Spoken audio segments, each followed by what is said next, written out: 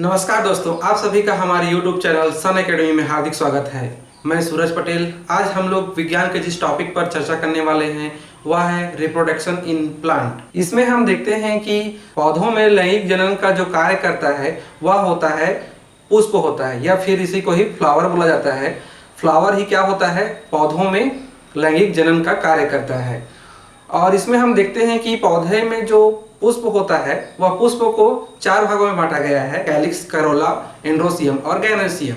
तो हम देखते हैं कि जो एंड्रोसियम और गैनोसियम होता है उसमें हम देखते हैं कि जो कैलिक्स होता है, कैलिक्स इसमें बहुत सारे सेपल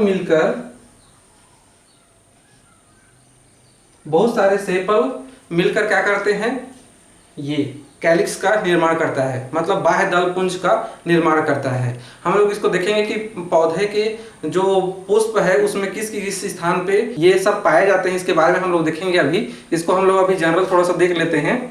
तो इसको सेपल, बहुत सारे सेपल मिलकर क्या बनाते हैं, बाह्य दल पुंज, या फिर इसी को ही कैलिक्स बोला जाता है। और देखते हैं कि यह जो पुष्प होता है, पुष्प का बाहरी आवरण होता है, और यह रंग में कैसा होता है, यह रंग में हरे रंग का होता है। और इसका कार्य क्या होता है, यह पौधों में जो फूल होता है उसका संरक्षण प्रदान करता है, या फिर उसकी सुरक्षा प्रदान करता है। और नेक्स्ट हम लोग देखते हैं कोरोला, या फिर इसी को ही दलपुंज बोला जाता है। यह जो फूल होता है उसके सबसे जो लास्ट वाला होता है, लास्ट वाला जो बाह्य दलपुंज होता है उसके जस्ट ऊपर में पाया जाता है यह दलपुंज। और यह कई सारे पेटल्स के मिलकर बना होता है, बहुत सारे पेटल मिलकर क्या करता है, एक दलपुंज का निर्माण करता है। और यह दलपुंज कैसा होता है, यह रंगीन होता है। और इसका कार्य क्या होता है, यह कीट पतंगों को अपनी ओर आकर्षित करता है, इसीलिए यह कलरफुल होता है, कीट पतंगों को अपनी ओर आकर्षित करता है।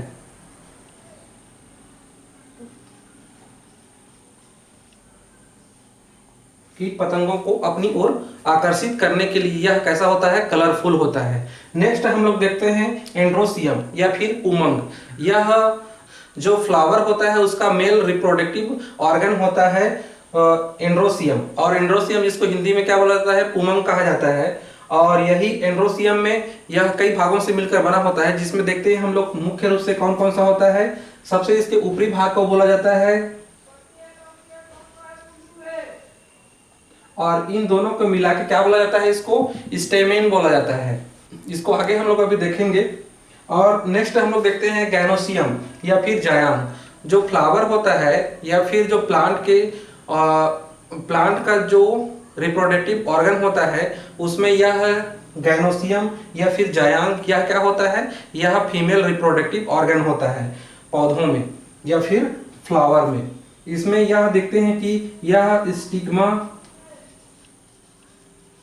स्टाइल और ओवरी से मिलकर बना होता है। स्टिग्मा, स्टाइल और ओवरी, इन तीनों को मिला के क्या बोलता है, इसको बोला जाता है स्त्री केसर, या फिर इसको इंग्लिश में पिस्टिल बोला जाता है। इस प्रकार हम देखते हैं कि फ्लावर यह 4 भागों से मुख्य रूप से मिलकर बना होता है, एक कैलिक्स, दूसरा कोरोला और तीसरा एंड्रोसियम और चौथा गैनोसियम। तो इस प्रकार हम देख लीजिए इसके कई सेपल मिलकर क्या बनता है, कैलिक्स का निर्माण करता है, और बहुत सारे पेटल मिलकर क्या करता है, कोरोला का निर्माण करता है। और इसमें देखते हैं एंड्रोसियम, यह 2 भागों का मिलकर बना होता है, एंथर और फिलामेंट। और दूसरा देखते हैं गैनोसियम या फिर जायांग या फिर इसमें हम देखते हैं कि स्टिग्मा, स्टाइल और ओवरी इन तीनों से मिलकर बना होता है। एंथर और फिलामेंट इसको एक साथ में स्टेमेन बोला जाता है, और स्टिग्मा, स्टाइल और ओवरी को एक साथ में पिस्टिल बोला जाता है या फिर स्त्री केसर बोला जाता है। तो दोस्तों अभी तक हम लोगों ने जो थ्योरेटिकल देखा उसी को ही अभी हम लोग जो फ्लावर है उसको फिगर में देखते हैं। तो इसमें हम पाते हैं कि जो फीमेल रिप्रोडक्टिव ऑर्गन होता है वह इस प्रकार से होता है। इसमें हम देखते हैं कि सबसे ऊपर को स्टिग्मा कहा जाता है और ये वाला भाग को स्टाइल और इसको ओवरी। इन तीनों को मिला के एक साथ में पिस्टिल बोला जाता है या फिर इसी को ही स्त्री केसर कहा जाता है। आगे हम देखते हैं कि इसके जो फीमेल रिप्रोडक्टिव ऑर्गन होता है इसके बगल में बहुत सारे इसमें इस प्रकार से संरचना पाया जाता है और यही जो संरचना होता है क्या होता है, यह मेल रिप्रोडक्टिव ऑर्गन होता है। तो इसमें जो सबसे ऊपर वाला भाग होता है इसको कहा जाता है एंथर और इसको कहा जाता है फिलामेंट और इन दोनों को मिला के स्टेमेन कहा जाता है। आगे हम देखते हैं कि इसमें और जो कलर नुमा संरचना होता है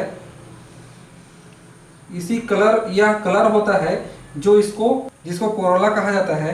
यही कोरोला जो एक सिंगल पीस है तो इसको क्या कहा जाएगा, पेटल कहा जाता है। और इसके जस्ट नीचे में हरा नुमा संरचना होता है। यही हरा पत्ती नुमा संरचना होता है, इसी को ही क्या कहा जाता है, इसको कहा जाता है सेपल। और इस प्रकार से इसमें यह एक डंडे नुमा संरचना से क्या होता है, यह प्लांट में चिपका रहता है। इसमें हम देखते हैं अभी तक हम लोगों ने क्या देखा कि जो फीमेल रिप्रोडक्टिव ऑर्गन होता है उसमें देखते हैं हम लोग कि जो यह तीन भागों से मिलकर बना हुआ होता है, एक स्टिग्मा, स्टाइल और ओवरी।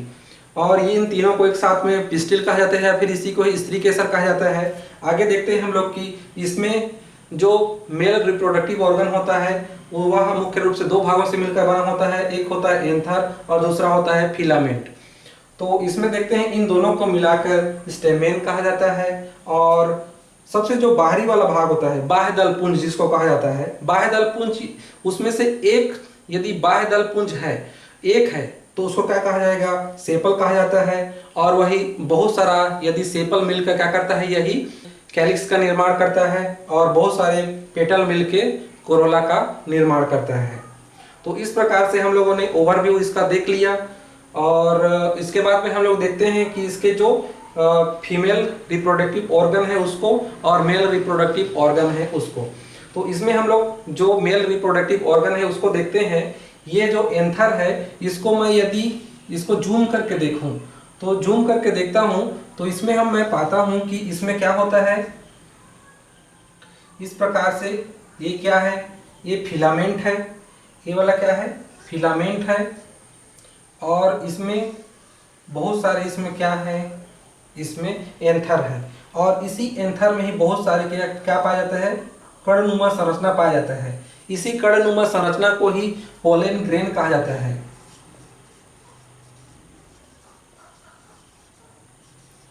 पोलन ग्रेन कहा जाता है। और जहां पे ये मतलब फिलामेंट पे जहां एंथर जुड़ता है उसको कनेक्टिव कहा जाता है। आगे हम लोग देखते हैं कि इसको मैं यदि हॉरिजेंटल काटता हूँ, मान लिया जाए ये क्या है, इस प्रकार से ये क्या है, ये पोलन ग्रेन। इस प्रकार से मैं देखता हूँ कि यदि मेल रिप्रोडक्टिव ऑर्गन है उसमें जो ऊपर में क्या है, इसमें एंथर है। और इसी एंथर को ही मैं यदि हॉरिजेंटल काटता हूँ, इस प्रकार से काटता हूँ, तो इसको देखने से ये कैसे दिखाई देता है, इस प्रकार से।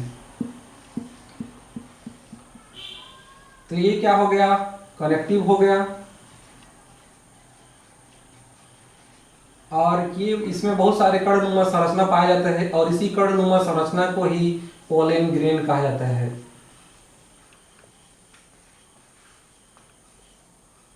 पोलन ग्रेन कहा जाता है। तो इस प्रकार से हम लोगों ने इसको हॉरिजेंटल काट के भी देख लिया। तो हॉरिजेंटल काटने से इसमें इस प्रकार से ये दिखाई देने लगता है। अब हम लोग देखते हैं आगे जो ये फीमेल रिप्रोडक्टिव ऑर्गन है इसको हम लोग थोड़ा सा डिटेल से देखते हैं।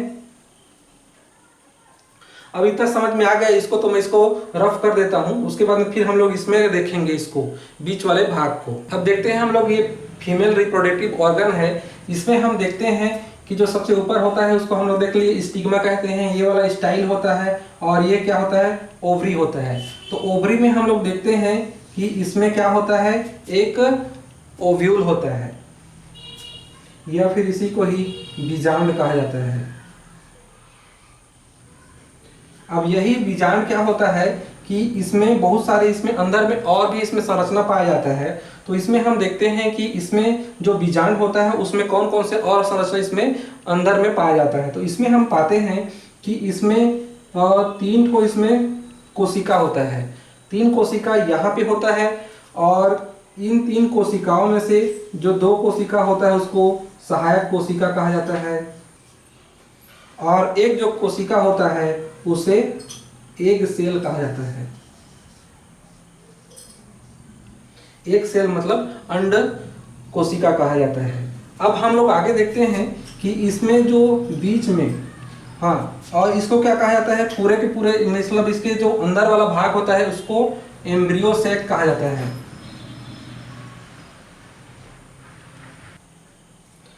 इसी एम्ब्रियो सैक में ही बीच में 2 कोशिका पाया जाता है, इन दोनों कोशिकाओं को कहा जाता है पोलर न्यूक्लियाई। और इसमें जो यहाँ पे जो ऊपर वाला क्षेत्र में यहाँ एक कोशिका पाया जाता है, इसे कहा जाता है एंटीपोडल सेल कहा जाता है।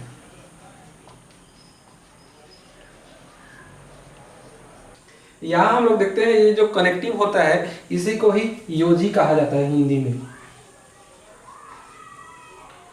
तो हिंदी में थोड़ा सा उटपटांग लगता है, इसलिए आप लोग हो सके तो इंग्लिश में ही याद रखें कनेक्टिव। यहाँ कनेक्टिव होता है, इसी कनेक्टिव में बाहर में क्या होता है, बहुत सारे इसमें एंथर होता है, और उसी एंथर में ही क्या पाए जाते हैं, पोलन ग्रेन पाए जाते हैं। और यही पोलन ग्रेन यहाँ क्या होता है, मेल रिप्रोडक्टिव ऑर्गन से यहाँ से फिर ये यहाँ पहुँच जाते हैं। क्या पहुँच जाता है, पोलन ग्रेन। और पोलन ग्रेन क्या करता है, यही इसका विकास होता है, अंकुरण होता है। यहाँ अंकुरण होने के बाद में, पोलन ग्रेन का अंकुरण होने के बाद में यहाँ एक ट्यूब का निर्माण होता है जिसे पोलन ट्यूब कहा जाता है, पोलन ट्यूब कहा जाता है। और यही पोलन ट्यूब जहाँ पे ये जो क्या होता है, ओव्यूल होता है या फिर बीजांड होता है, जहाँ पे मिलता है, इसको कहा जाता है माइक्रोपाइल इंड।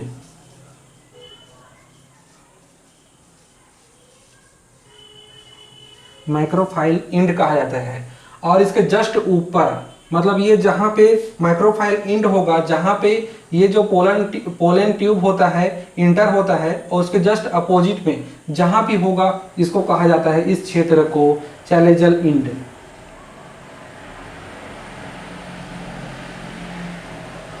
तो आई थिंक इतना आप लोगों को समझ में आ गया होगा। अब आगे हम लोग देखते हैं कि इसमें जो फर्टिलाइजेशन होता है वो किस प्रकार से होता है। इसमें जो पोलन ट्यूब होता है उसमें 2 मेल गेमीट इंटर करता है, किसमें, ये बीजांड में या फिर ओव्यूल में। और ओव्यूल में इंटर करने के बाद में इसमें जो एक सेल होता है उसमें एक जो मेल गेमीट होता है वह फर्टिलाइजेशन करता है, और जो दूसरा होता है वह इसके साथ करता है, मतलब पोलर न्यूक्लियाई के साथ करता है। तो इसको हम लोग देखते हैं, यही जो 2 बार फर्टिलाइजेशन होता है इसी को ही क्या कहा जाता है, द्विनिषेचन कहा जाता है। तो इसको हम लोग इस प्रकार से समझ सकते हैं, दो मेल गेमीट होता है, उसमें से यहाँ हम देखते हैं कि दो मेल गेमीट होता है, उसमें से एक होता है वह एक सेल के साथ में होता है, मतलब फ्यूजन करता है। और दूसरा जो मेल गेमीट होता है वह पोलर न्यूक्लियाई के साथ में करता है। तो पोलर न्यूक्लियाई में हम देखते हैं कि यहाँ 2 हेप्लॉइड सेल होता है, और यह एक जो मेल गेमीट होता है वह हेप्लॉइड होता है। तो इस प्रकार से हम देखते हैं कि यहाँ 3 हेप्लॉइड सेल का निर्माण हो जाता है। एक मेल गेमीट होता है, और दूसरा क्या होता है, 2 हेप्लॉइड सेल होता है जो पोलर न्यूक्लियाई का होता है। तो इस प्रकार से ये दोनों मिलकर 3 हेप्लॉइड सेल का निर्माण करता है, इसलिए इसको क्या कहा जाता है, तो ट्रिपल फ्यूजन कहा जाता है, ट्रिपल फ्यूजन कहा जाता है। इस प्रकार हम देखते हैं कि इसमें इन दोनों के मिलने से, और यहाँ पे ये एक बार निषेचन यहाँ होता है और दूसरी बार निषेचन इसमें होता है, इसलिए इन दोनों को एक साथ में द्विनिषेचन कहा जाता है। अब आगे हम लोग देखते हैं कि इसमें द्विनिषेचन होने के बाद में, निषेचन होने के बाद में इसमें क्या क्या चीज का निर्माण होता है। तो इसमें हम देखते हैं कि एक सेल और एक मेल गैमीट का इसमें फर्टिलाइजेशन होने के बाद में यह भ्रूण का निर्माण करता है, या फिर इसी को इंग्लिश में एम्ब्रियो बोला जाता है। इस प्रकार हम देखते हैं कि इसके द्वारा फर्टिलाइजेशन होने के बाद में इसमें इंडोस्पर्म का निर्माण करता है। तो ये भ्रूण होता है, और ये जो भ्रूण होता है इसके पोषण के लिए एम्ब्रियो स्पर्म का निर्माण होता है। इस प्रकार हम लोगों ने फर्टिलाइजेशन को देखा। अब आगे हम लोग इसी को एक बार कोई रिवीजन कर लेते हैं। मेल रिप्रोडक्टिव ऑर्गन होता है, उसको एंथर कहा जाता है, और यही एंथर में बहुत सारे पोलन ग्रेन पाए जाते हैं, और यही पोलन ग्रेन क्या करता है, स्टिग्मा मतलब फीमेल रिप्रोडक्टिव ऑर्गन तक पहुंचता है, और यहाँ तक पहुंचने के बाद में जो पोलन ग्रेन होता है, यही पोलन ग्रेन पोलन ट्यूब का निर्माण के द्वारा यही क्या पहुंच जाता है, यह अंडाशय में, या फिर इसी को ही ओव्यूल कहा जाता है, ओव्यूल तक पहुंचता है। और जहां पहुंचता है उस इंड को क्या कहा जाता है, उस क्षेत्र को क्या कहा जाता है, इसको कहा जाता है माइक्रोफाइल इंड कहा जाता है। और इसके जस्ट विपरीत को क्या कहा जाता है, चैलेंजर इंड कहा जाता है। और इसमें देखते हैं कि जो अंदर में इसमें फ्लूइड पाया जाता है उसको कहा जाता है एम्ब्रियो सेक कहा जाता है। और इसमें 3 सेल होते हैं, इसमें से 3 सेल में से दो सेल होते हैं, वो सहायक कोशिका होती है या सहायक कोशिका होती है, और उसमें से एक जो होता है वह एक सेल होता है या फिर अंड कोशिका होता है। और बीच में यहाँ देखते हैं हम लोग कि एम्ब्रियो सेक के बीच में जो 2 सेल पाए जाते हैं, इसी 2 सेल को ही पोलर न्यूक्लियाई कहा जाता है। और पोलर न्यूक्लियाई के जस्ट ऊपर में जहाँ पे चैलेंजर इंड होता है वहाँ पे एक एंटीपोडल सेल पाया जाता है। और यहीं पे हम लोग देखते हैं कि जो 2 मेल गैमीट होता है, वही दो मेल गैमीट क्या होते हैं कि उसमें से एक मेल गैमीट 2 हैप्लॉइड सेल जो पोलर न्यूक्लियाई के पास होता है उसके साथ फ्यूजन होता है, और फ्यूजन होने के बाद में इंडोस्पर्म का निर्माण करता है। और दूसरा देखते हैं हम लोग कि जो दूसरा जो मेल गैमीट होता है वह एक सेल के साथ में फ्यूजन करता है, और फ्यूजन करने के बाद में भ्रूण या फिर एम्ब्रियो का निर्माण करता है। पॉलिनेशन कहने का मतलब यह है कि हम लोगों ने अभी देखा कि जो मेल गैमीट होता है उसमें एंथर होता है, वही एंथर में पोलन ग्रेन होता है। पोलन ग्रेन का स्टिग्मा तक पहुंचना ही क्या कहा जाता है, पॉलिनेशन कहलाता है। यह 2 प्रकार का होता है, एक होता है सेल्फ पॉलिनेशन और दूसरा होता है क्रॉस पॉलिनेशन। तो जो ये सेल्फ पॉलिनेशन होता है इसमें एक ही जो पौधा होता है उसी में ही जो फूल होते हैं उसका एंथर स्टिग्मा के पास जाता है, तो उसको सेल्फ पॉलिनेशन कहा जाता है। और यदि एक ही स्पीसीज के जो फ्लावर होते हैं वे दूसरे पौधे में से दूसरे पौधे का एंथर पहले वाले पौधे के स्टिग्मा पर, और जो पहले वाला एंथर है वह दूसरे वाले स्टिग्मा के पास में जाके यदि मिलता है तो उसको क्या कहा जाता है, क्रॉस पॉलिनेशन कहा जाता है। इसमें 2 पौधे 2 अलग अलग एक ही स्पीसीज के होना चाहिए, एक ही जाति के होना चाहिए। इसमें ऐसा नहीं कि यदि जो आम का फूल है वह दूसरे जामुन के फूल के साथ में पॉलिनेशन करे तो इसमें संभव नहीं है, तो इसको क्रॉस पॉलिनेशन नहीं कहा जाता है। यदि एक ही आम के फूल है वह दूसरे आम के जो फूल है उसके साथ में क्रॉस करता है तो उसको क्या कहा जाता है, क्रॉस पॉलिनेशन कहा जाता है।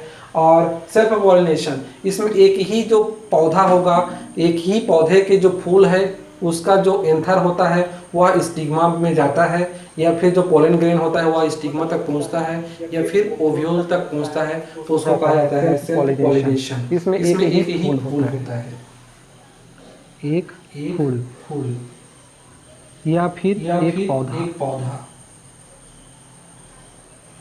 तो दोस्तों आज के वीडियो में इतना ही। यदि वीडियो आप लोगों को पसंद आया तो वीडियो को लाइक कीजिए, कमेंट कीजिए और दोस्तों के साथ शेयर भी कीजिए। और आज का वीडियो देखने के लिए आप लोगों का बहुत बहुत धन्यवाद। जय हिंद, जय भारत।